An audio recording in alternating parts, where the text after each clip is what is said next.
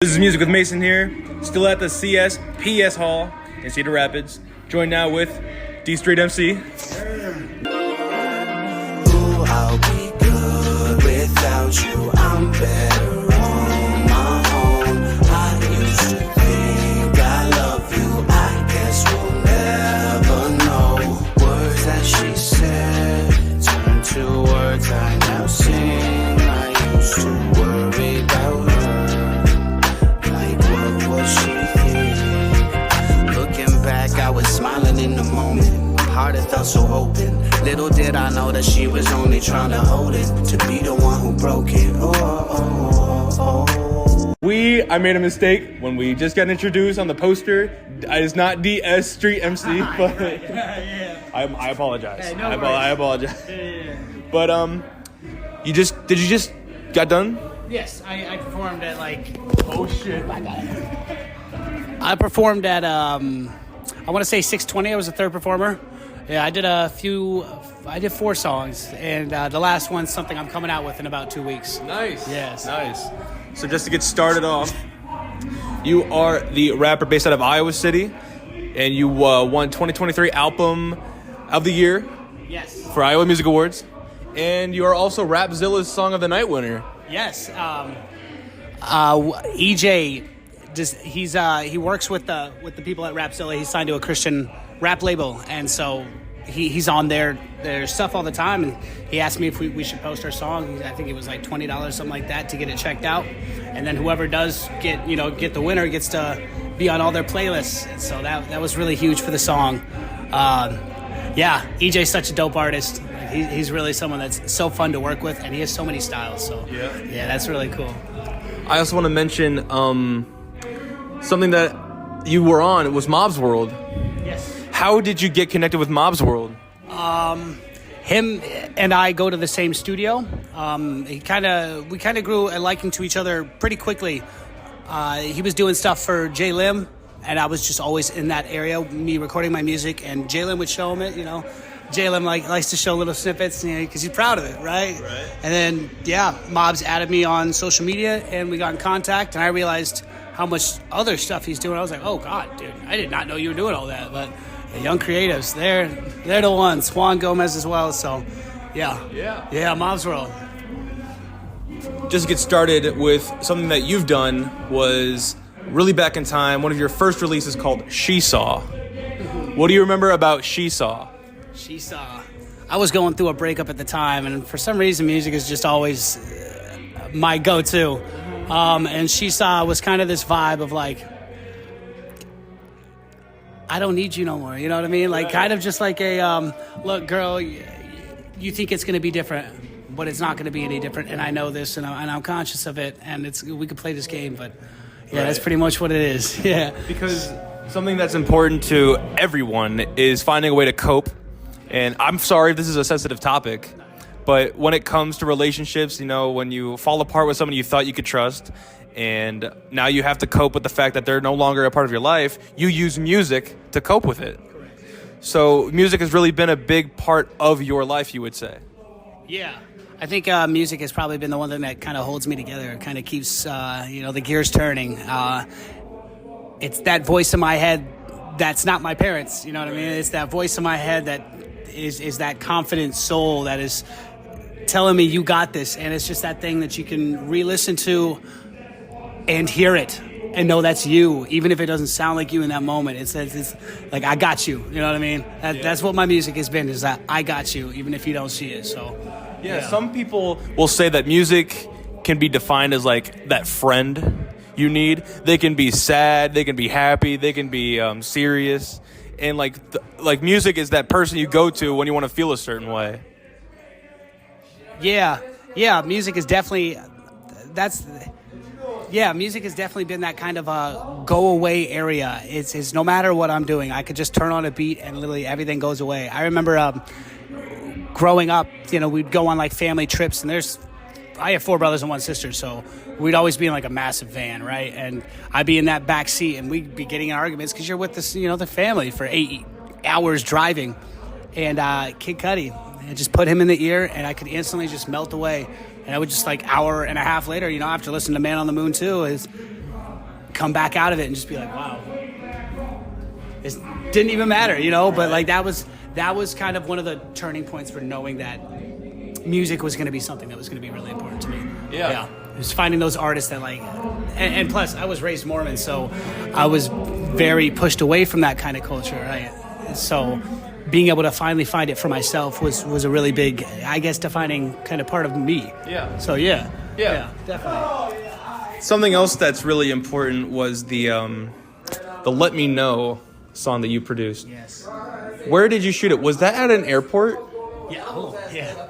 So actually, PHX to CID, every single track on there was recorded or written on my trips to Phoenix or on my way back from Phoenix. So I was either in the airport, I was either on the plane, or in the the terminal waiting for waiting to get on a plane. Exactly. Like the last song on that album is called PHX to CID. That was the first song I wrote for the whole album.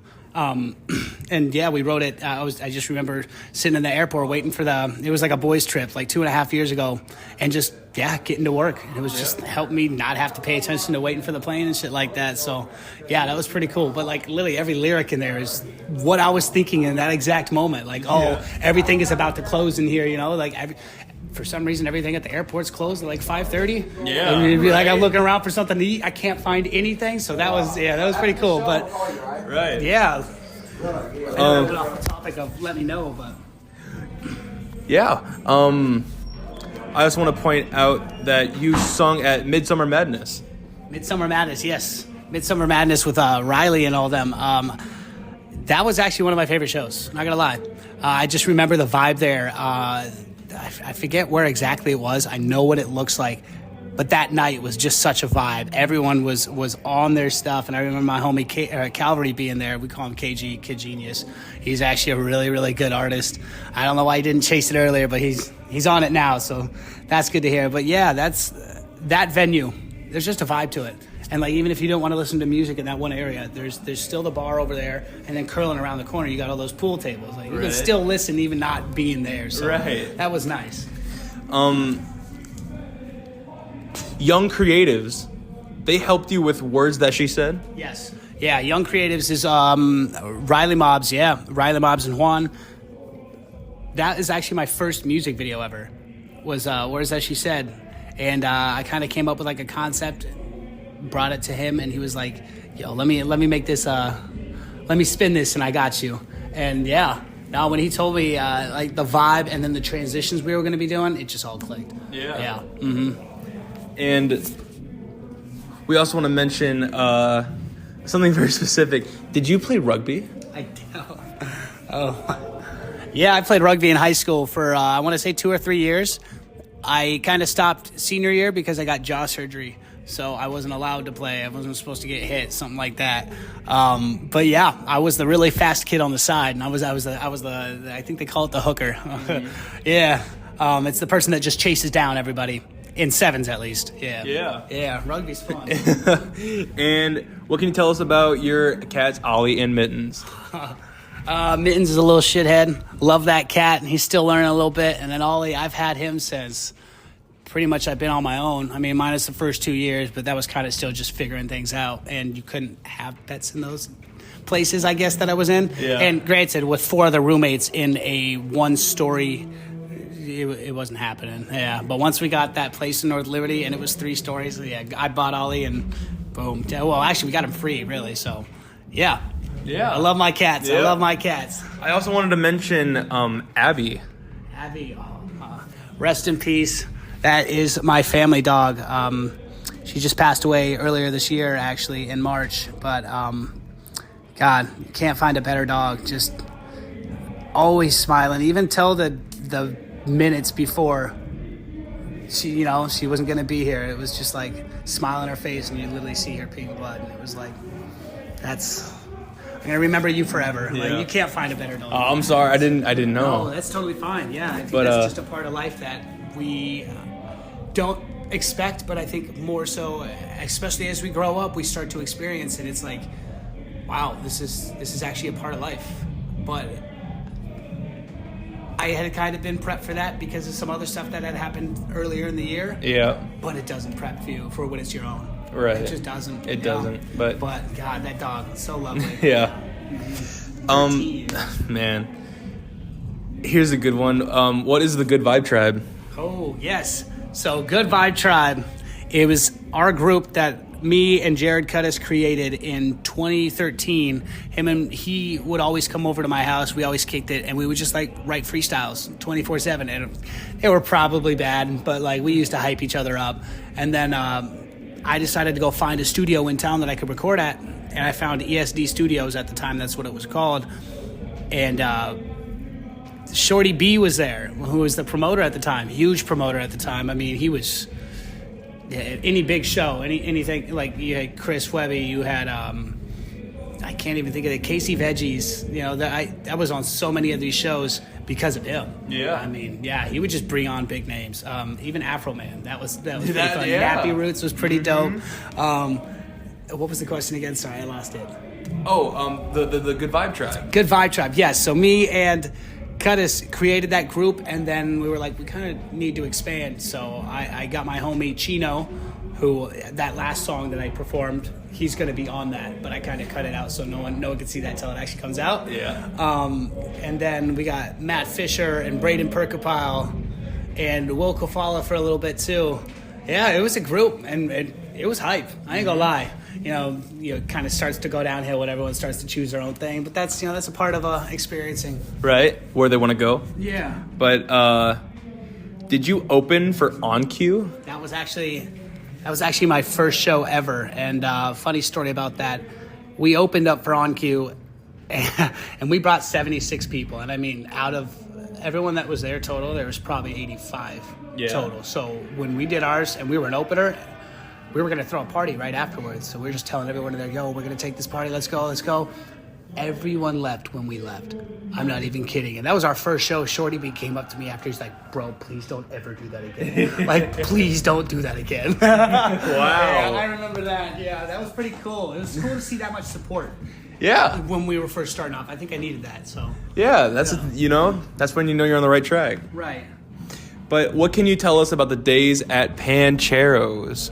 Oh, God, yeah, Days of Pancheros. Yeah, that was kind of really how I kind of met Cudis and all of them again, too. So I stopped showing up to Fairway. Yeah, one of those jobs. Like, you have it for a little bit, and then you're just like, dude, I want to party. I was a senior, and everyone was throwing these house parties and stuff, and I just didn't show up for like 2 or 3 days, and they gave me a little reprimand. I was like, you know what, let me just double down on that. This is my 2-week notice, bro. So quit that, went to Pancheros, and damn, I was not ready for how busy that was all the time. They're asking me to be a manager at 17, but it was a fun job, and that was where I met so many people. Like, they were like, you're the Pancheros kid, right? Yeah, that's me, bro. Yeah. Do you think you'll ever go back to Pancheros? Never. No. I'm still cooking food, but... Yeah, no. I could never. Not at all. And the one I worked at is shut down completely now. So. Right. What was Back on Track about? Back on Track. Okay. Yeah, actually, I like that one. Back on Track was I couldn't do anything but sing on tracks for a good minute. And I was so conscious about it at one point that I just decided to sit down and talk about that. And so the beginning of Back on Track is you need to record this, me getting back on track. For a minute there, I forgot almost entirely how to rap. Yeah. I kept on singing, trying to find my voice, like, where the fuck's it at? Overthought to the conclusion, I'm good, just where I'm at. And that was like the clarity moment of like, it's okay. Whoever you are is who you are. You don't have to fit into this mold. You don't have to be a rapper. You don't have to just be a singer either. And that was the thing, is I couldn't not sing, dude. It's like everything was coming out like a song, and I was like, bro, I just want to make a song my way. And yeah, just let it flow. And I think that's the biggest part of it, is just letting things flow. Just letting them be, and letting them be what they are, rather than trying to force them into something else. I agree. It's better to be yourself than to be somebody else. Mm-hmm. But another thing I wanted to mention before we start going to the end of this interview, I don't know if you remember this. Do you remember playing Sting Pong? Oh my God! With Jason? Wow. Yeah, Jason. Yeah, yeah. Those were the Mormon days. So I was raised Mormon. So I think there was one summer where we had like a youth camp, and we decided we were just gonna like stay up all night. There was like 8 of us or whatever. But yeah, sting pong. If you don't know, you basically play ping pong, and if you miss it, you get smacked with the ball as hard as you can from across the table. Half the time they kind of throw the paddle too. So. No, that's fun, but I was not good at it. I got my ass whooped 24/7. Yeah.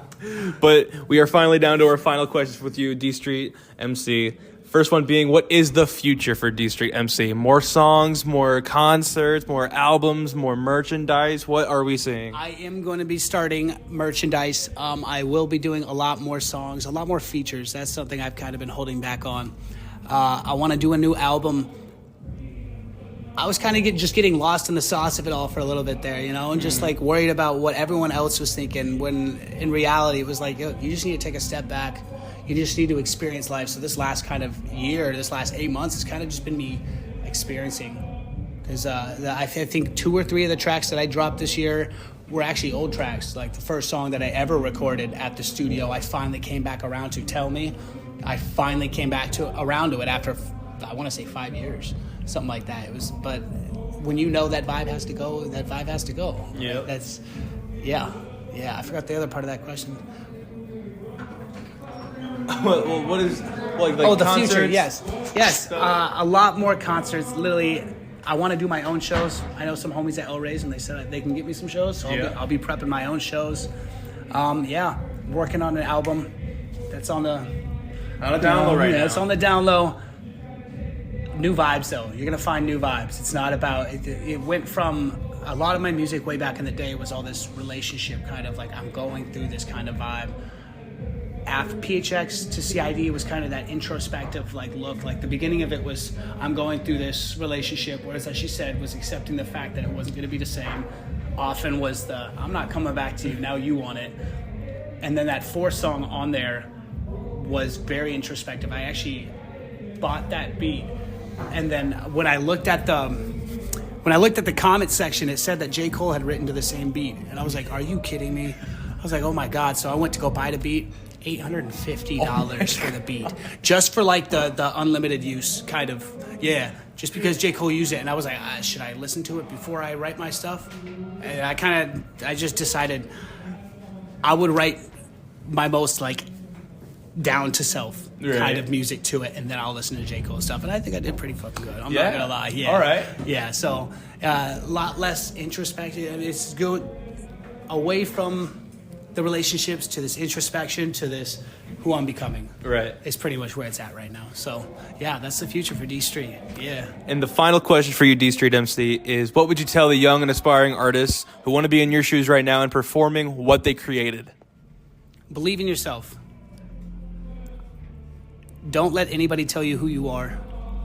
Just have that faith, have that strength to know that that's who you are. If you want to be it, you just got to do it. Mm-hmm. That's literally the only thing that makes you that.